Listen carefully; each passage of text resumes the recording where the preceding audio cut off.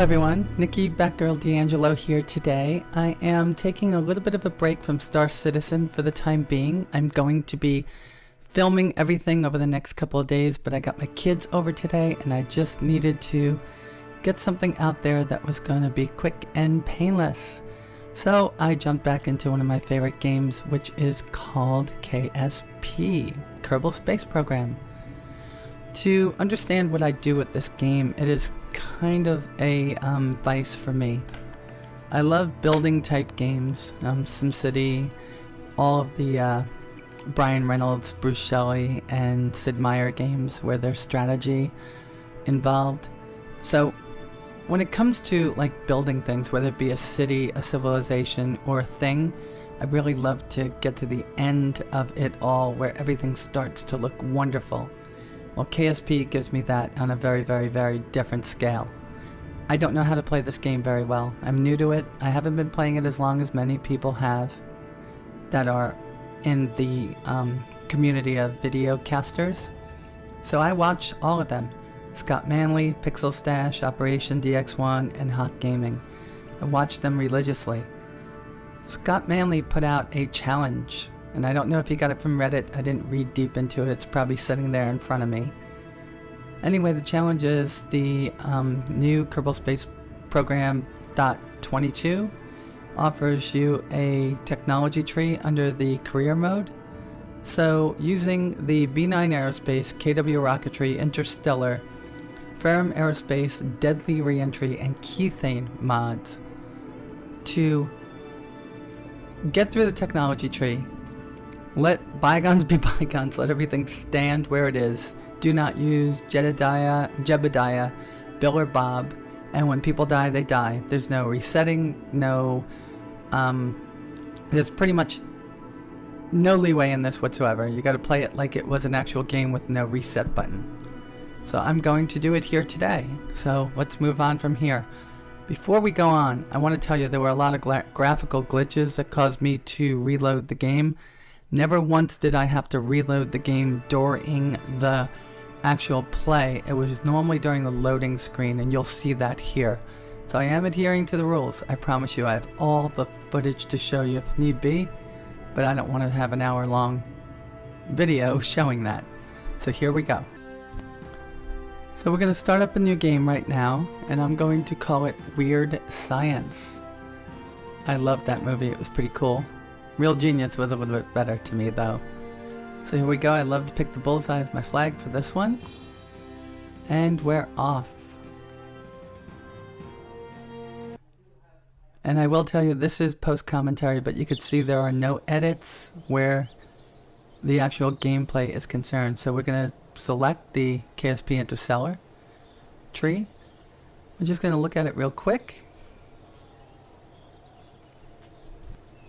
Well, maybe I took a little bit longer to actually click on the button here. So this is the first parts that we get. We're going to be getting a engine, a capsule, a couple of other things, and this is the items that we get next. What I like about the second rung of the tree, of the ladder I should say, is that we get the KW Rocketry decoupler, which I like better. But in this case, I'm going to use a heat shield from Deadly Reentry as a decoupler. Now Deadly Reentry does just what it says. Gotta watch your pitch angles, gotta watch your descent while you're coming through the atmosphere or you'll burn up. Now I do not really need a heat shield here. The problem is that the Mark 1 capsule attached with no way of decoupling from these is just gonna nose over and you're gonna blow up your parachute and you're going to wind up crashing into the sea. So there's no real reason to not use it as a decoupler, as even early on in the space program there were decouplers. Otherwise you'd have to take that whole rocket down with you. So if we're using the mods, I'm using them to their fullest. So I'm talking about this when I shot the video the first time. So here we go. We're going to make sure that Jebediah is not our astronaut, and we're gonna find out that we have to go back to the astronaut center and actually hire them. So we're going to name this one Kerbal X. It's our first attempt at a suborbital flight. And we're just going to click past this. Come on, hit enter. I like to type a lot. I like to talk a lot. I like to do lots of videos, as you see. So we are still typing, still typing. You'll see a lot of times when I actually bring down the menu bar. So we're going back now, and we're going to hire a bunch of astronauts. Here we go. Just gonna hire them all. Why not, right? I can be selective, but what's to be selective? Some of these are going to be cannon fodder.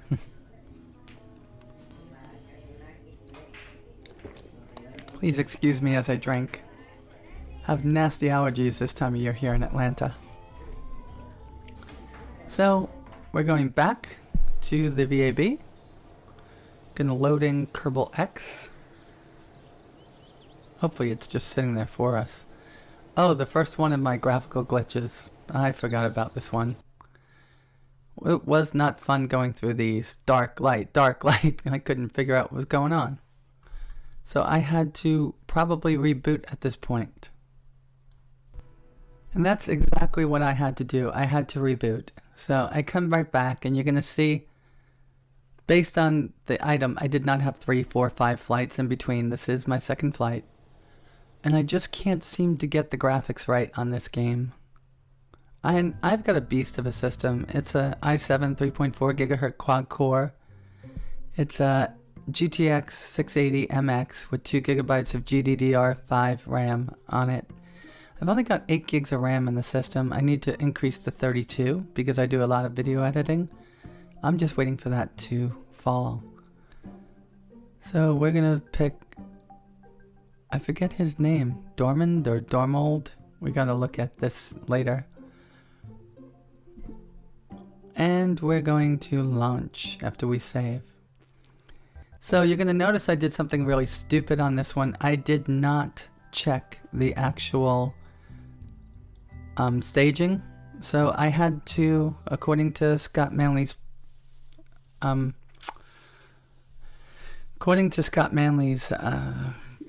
rules, I was unable to just hit revert and reset them, so I had to count this as a failed launch. Thankfully, before I did anything, I got enough science to get the next rung.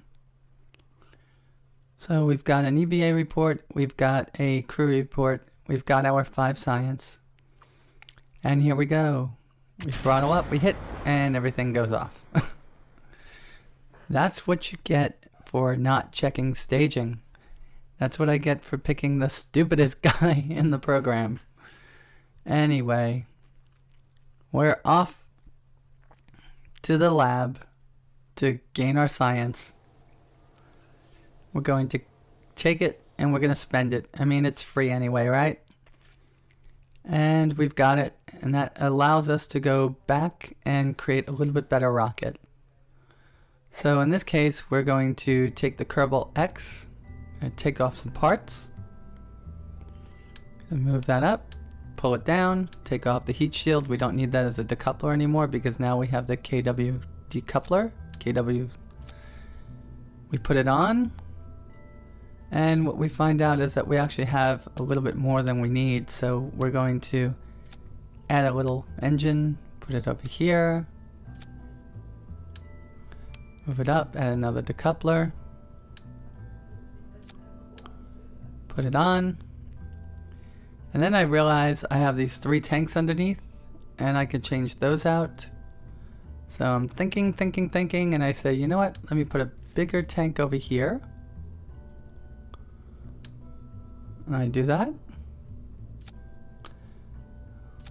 I connect, and I'm going to move the rocket up, I believe. I forget what I did here. Move the rocket up just a tad bit. Got that going. And we don't really need a communicatron.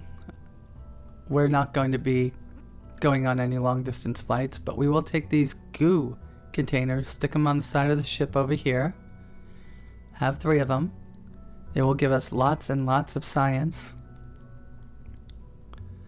And we will make sure that we have them centered right.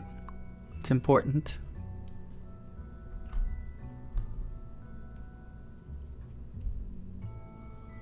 Alrighty. So here is Kerbal X2. So Kerbal X2 is going to be our first attempt at suborbital flight, hopefully with the emphasis on trying to get into orbit. Do not believe I made it with this one. I think X3, after all of the trouble I went through with the graphical glitches at the end of this. So we're going to pick Thormund, I think his name is, or Thormoth, or... These names are just hard to get. Oh, Genki. I think we take Genki. Yeah, there we go. So we're going to take him up to the far reaches of the atmosphere, just outside, and he'll be the first Kerbin to see the curvature of planet Kerbin without a spaceship, because he actually gets out and does an EVA. This is a very successful mission. This is one of my most successful second missions in a long time. And what I'm going to do is I'm going to take a large portion of this. Oh, here's the beginning of the graphical glitches, as you see. So I look to have all of my staging done correctly because I have decouplers. I'm trying to fix the graphical glitches here. This is the issue that I've been having. And I think what I finally do is I just take it out of full screen and let it be. There I go. And they tend to go away when I'm in a window mode. So we're just going to go and take our goo, have him come out, get the little bit of science that he's going to get since he's already done this, get back in, and we're going to get a goo container. So now, if the mission should fail, at least we have these things, as long as we can get them down. With the goo containers on there, I can't do my normal abort emergency escape system, where I put 3 other Separatrons on the capsule. And I'm running in, you can see up there, I am running. Okay, I'm running in window mode. So here we are. Kerbal X2 is on its way to be the first Kerbin spaceship to attain suborbital flight. Now if you notice, I'm not even pushing the engine to full. Ferrum Aerospace and Deadly Reentry have a habit of blowing things up and throwing them out of control. If you pull too many G's, Genki or Thornbolt or whatever his name is going to splatter inside of the cockpit, only they don't show that. Just everything dies and vaporizes. So I keep it right around, 30, 40, 50%. And I start my turn just over 7,000 or 8,000.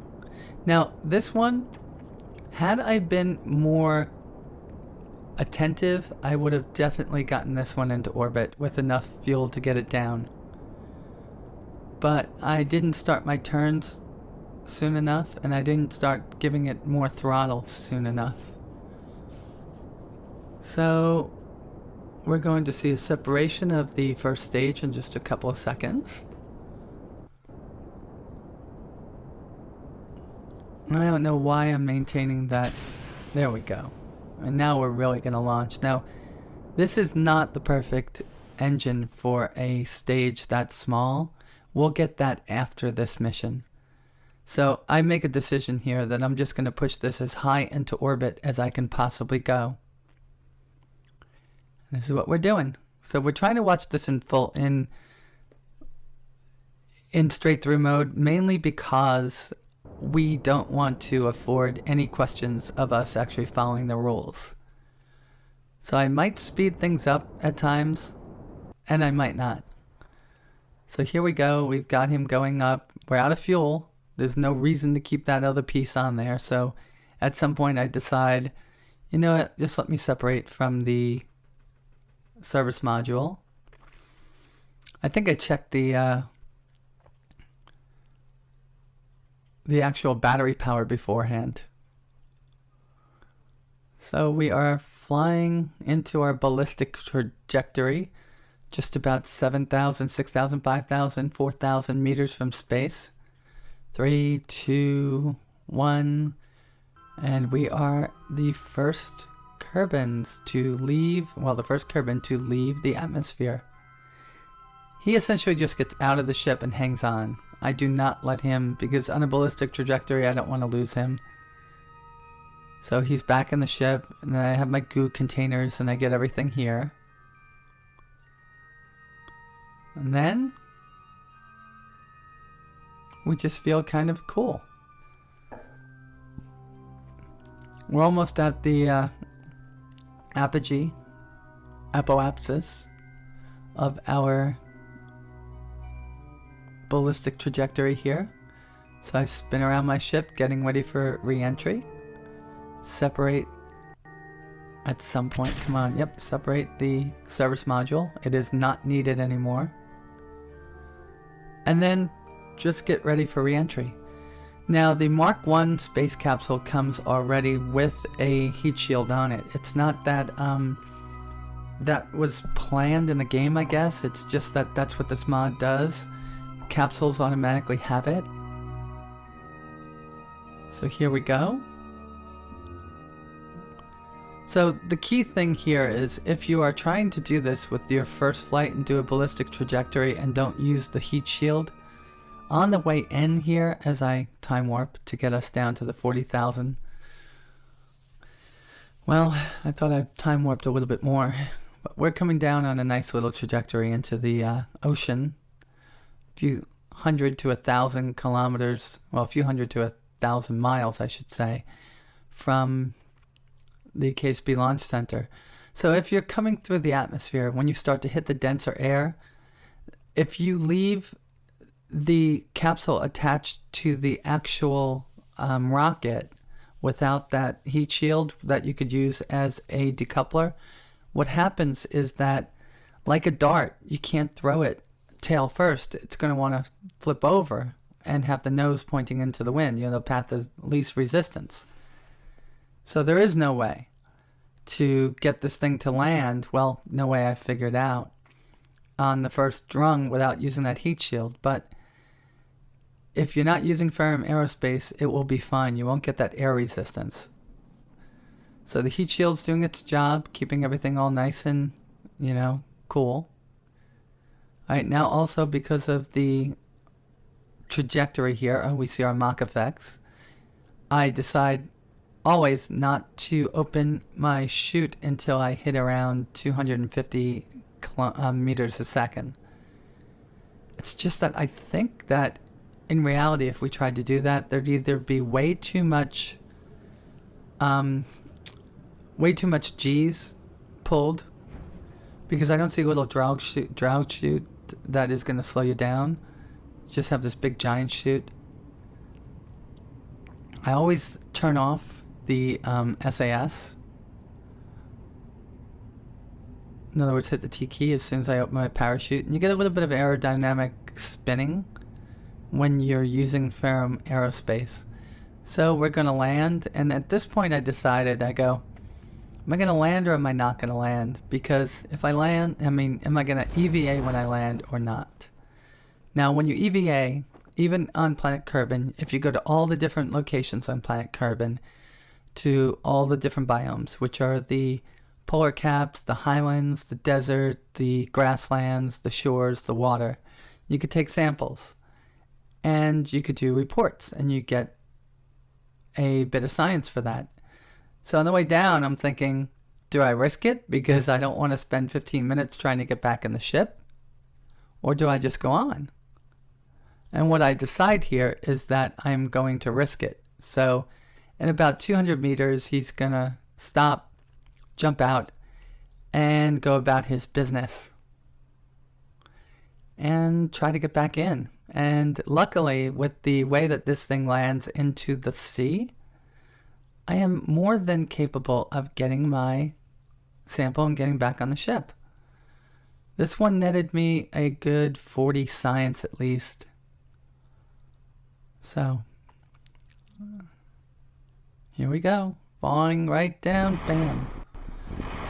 So I look at it, I try to spin it for a second to see if I can get it on its side, because that's always easier for our Kerbin astronaut to get out, Kerbinaut to get out and do his thing. But he comes out anyway and gets his crew report, and then I go, you know what? Jump him off. So I jumped him off and sent him for a swim. Then sat here and tried to click on him a couple of times to get a sample. It went away. He got too close to the ship. There we go. We get our sample, which gives us a ton of science for an early mission. Get him back on, and I recover. I love having that recover button up there. That helps out so much.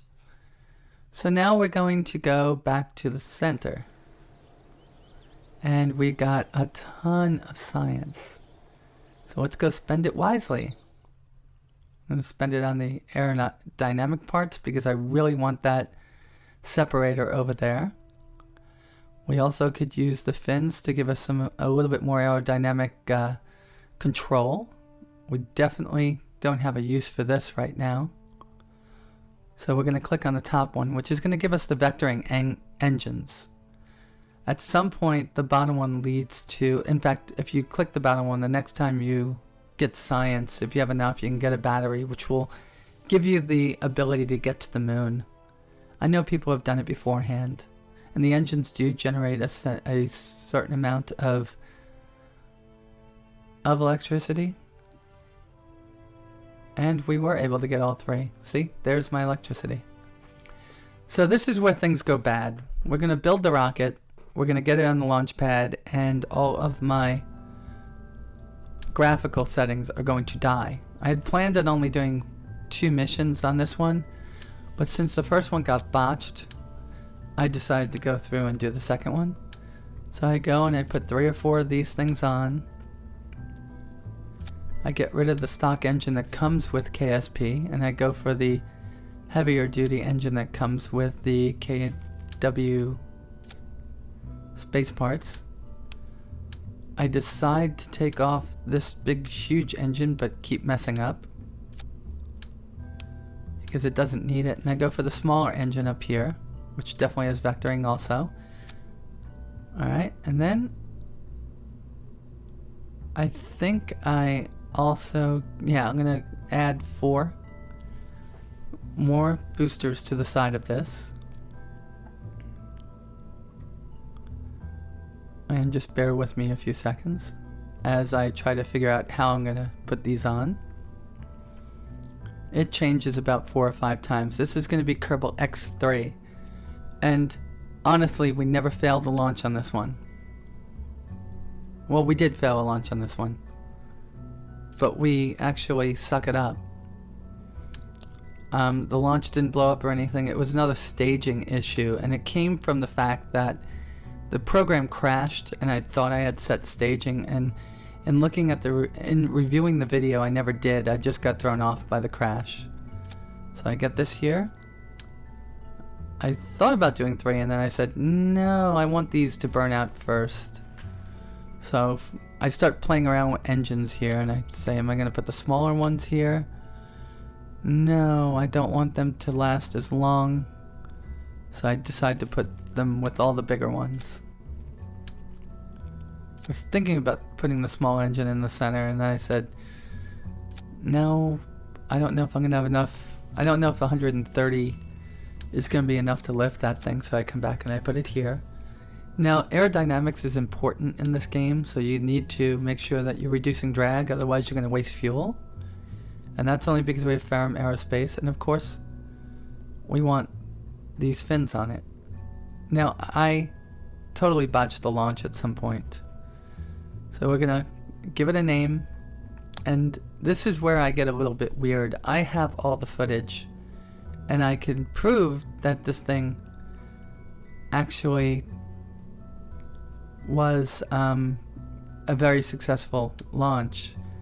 It's just, for some reason, my iMac has, which is brand new, has issues with this game.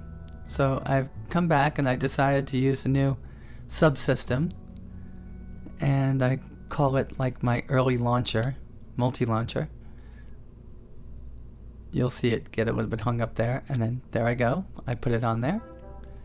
And then I get to lowering it to the floor, because sometimes if you don't have it close to the floor, it will start off high where you were and then drop it. I don't know if that's been fixed in this release. Alright, so first launch of this one is going to be a botch. We're going to take Bill out of it. Come on, take Bill or Jeb. Go get him. What are we doing here? I forget. Decide. Oh, I remember. I said, it looks like I have enough fuel, which I did. All I would have had to do is to add just another little bit of fuel to it, and I would have had more than enough fuel to get this thing into lunar orbit, but I decided that it was too soon. I really want a little bit more, since we don't want to kill a Kerbin. I wanted a little bit more chance of a successful mission. I wanted to gain some more science before that happened. I really want the batteries.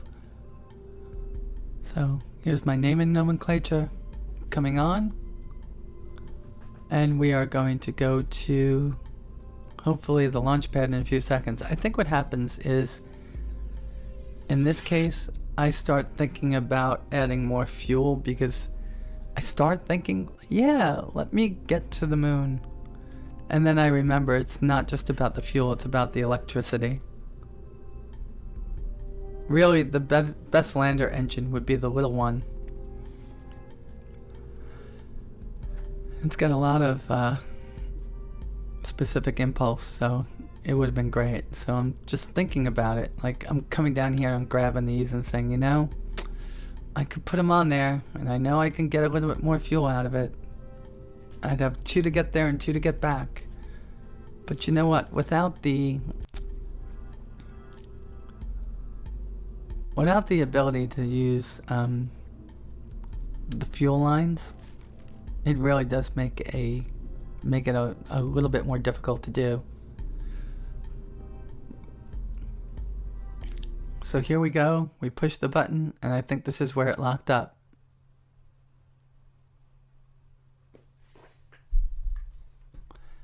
And I had said, I'm going to fix the staging when I get into the game, and I never did. So we're going to cut this and edit it right here. So here we are finally on the launch pad, and of course I forgot to check my staging. If you look down in the lower left hand corner, as soon as I hit launch, I get messed up. So this was another botched launch, but I ate it like you're supposed to with this one. I thought I had set the staging by the time I got back in. Every now and then you're going to see the actual video. When I drop into window mode, if you look up, you'll see the video counter, and if you try to do the time code on it, you'll see that I haven't really done anything wrong here. This is actually just a bunch of graphical glitches, one after the other. So I did that. I sucked it up just there. Then I come back into the Space Center and say, you know what? I got some kind of something for this, right? I got nothing. I lift this out. I've got like nothing, no science for that one. So we come out.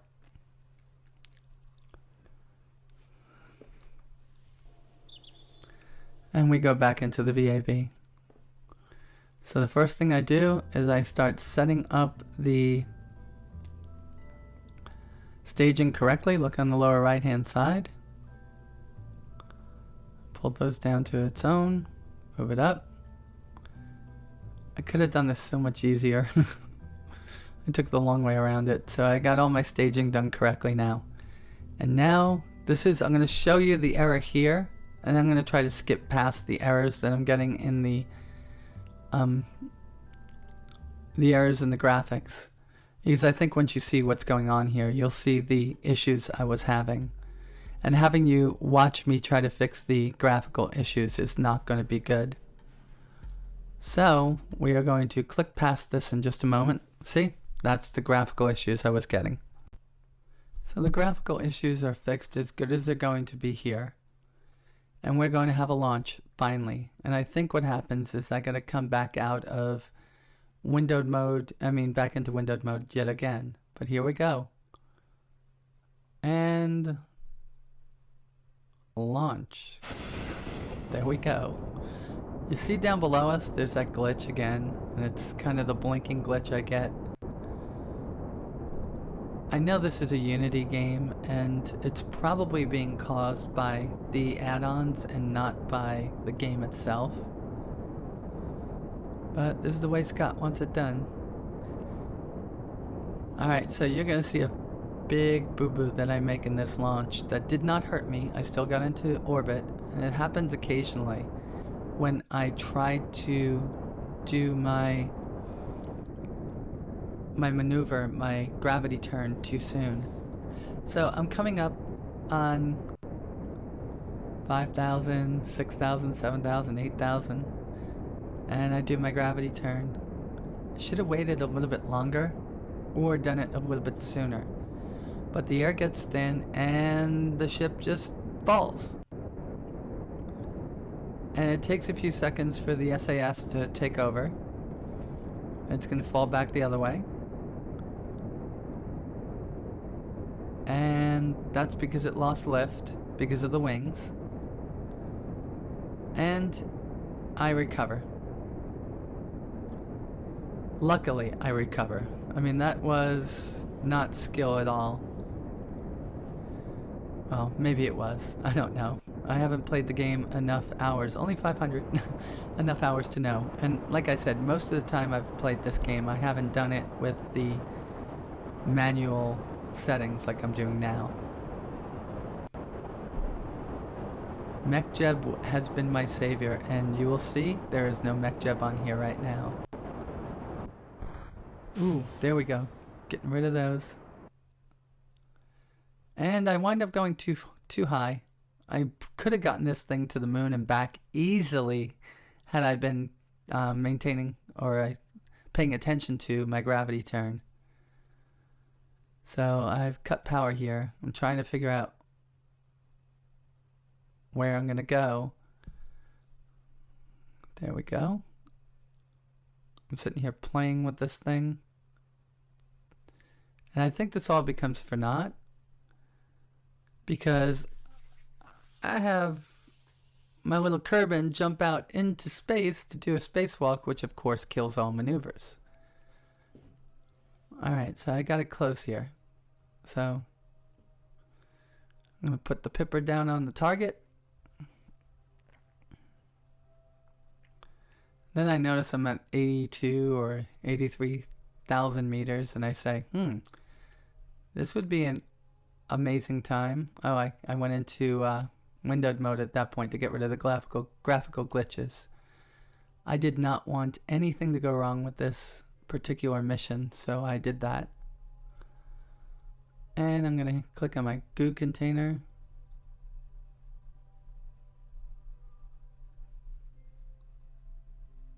Okay. Here we go with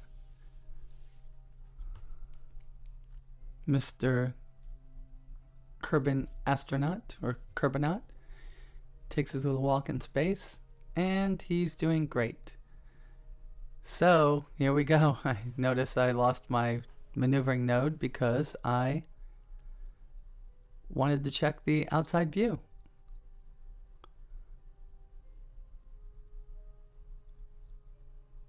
So we're going to go back in just a moment and hit the M key, because the apoapsis is approaching really fast at this point. There we go. So we need to get this maneuver node decided before we get there. There we go. Come on, just pull that out.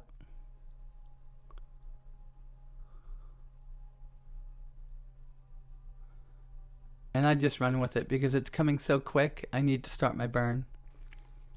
And here we go, we burn.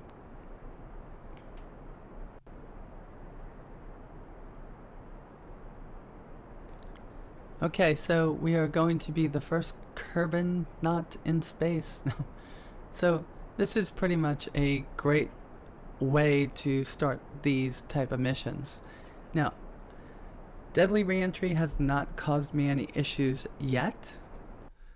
The Ferrum Aerospace has, and I think the B9 Aerospace parts are, or possibly the KW Aerospace parts, or KW Rocketry parts, I mean. Because I'm getting all those graphical glitches, and I've been playing the game since 022 with just 2 mods installed, the docking port alignment tool and the MechJeb. So that's what I've been going to. I've been trying to play with stock parts, and I haven't had any glitches whatsoever. So the minute that I loaded Interstellar and B9 and KW Rocketry and Ferrum Aerospace, I start getting the glitches. So something has to be affecting the way that it works on a Mac.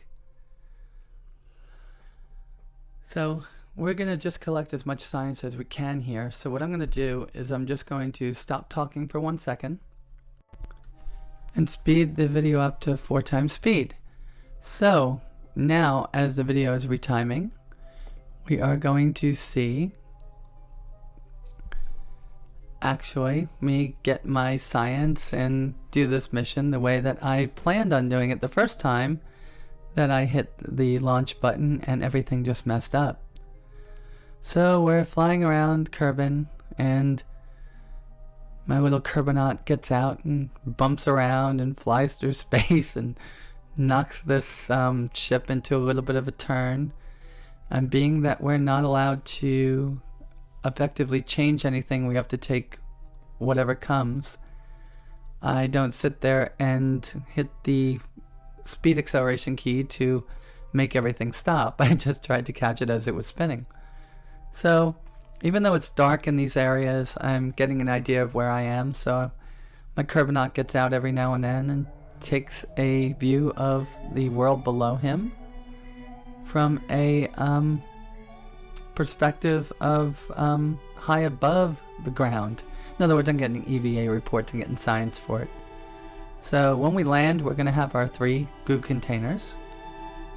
We're going to have our crew reports from our orbits around, or 1 orbit around the planet Kerbin. So this is a John Glenn type launch. I think he actually did 3 orbits.